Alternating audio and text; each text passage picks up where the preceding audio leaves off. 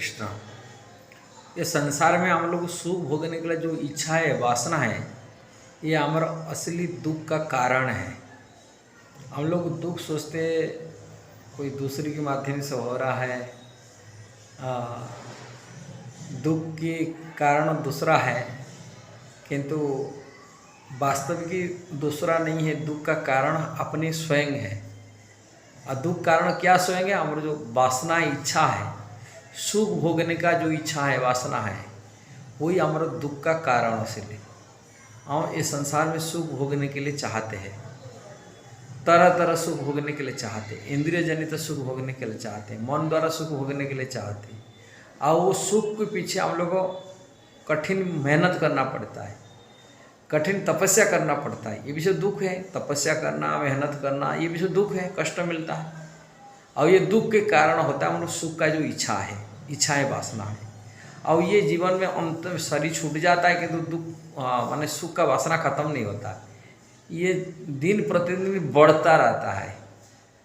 जैसे खुजली बढ़ता, खुजलने से ज़्यादा खुजला और बढ़ता है, ये सुख का इच्छा है और बढ़ता रहता है। और वो जन्म जन्मांतर अनंत काल से लगा हुआ है, सुख भोगने का इच्छा है। और जिसी कारण से हम लोग को जीवात्मा अनेक जन्मधरी ये संसार में कष्ट भोग रहा है। जो इच्छा खत्म हो जाता है तभी वो सुखी हो जाता है।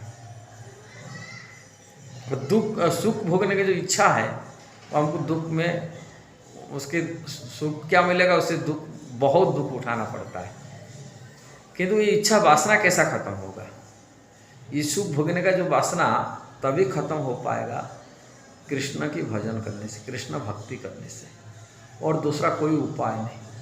कृष्ण के अनुकंपा हो जाए, कृष्ण की करुणा हो जाए, भगवान श्री कृष्ण के चरण में मन लग जाए, कृष्ण में रति बढ़ी जाए, कृष्ण सुख के लिए जो प्रयास प्रयत्नशील होते हैं, तभी संसारिक सुख भोगने का इच्छा खत्म होता है। देखा जाता है कितनी बड़ी बड़ी भोग प्रवृत्ति में रहने वाले जीव, जो भोग की माने उनकी सामग्री अनुकूल माने कोई सुलभ है, सहज सुलभ था, जो कृष्ण भक्ति करता, कृष्ण भजन में आ जाता है, उसका भोग प्रवृत्ति इतना खत्म हो जाता है, विरक्त अपने आप आ जाता है, ज्ञान में प्रवृत्त होता है। संसार के सुख थोड़े दिन के लिए है, निमित्त है, ये अनित्य असुखम लोक, भगवान भगवद गीता में कहे, यह नित्य न टेम्परारी है। और सुख देने वाला असुख लोक, दुख देने वाला लोक है।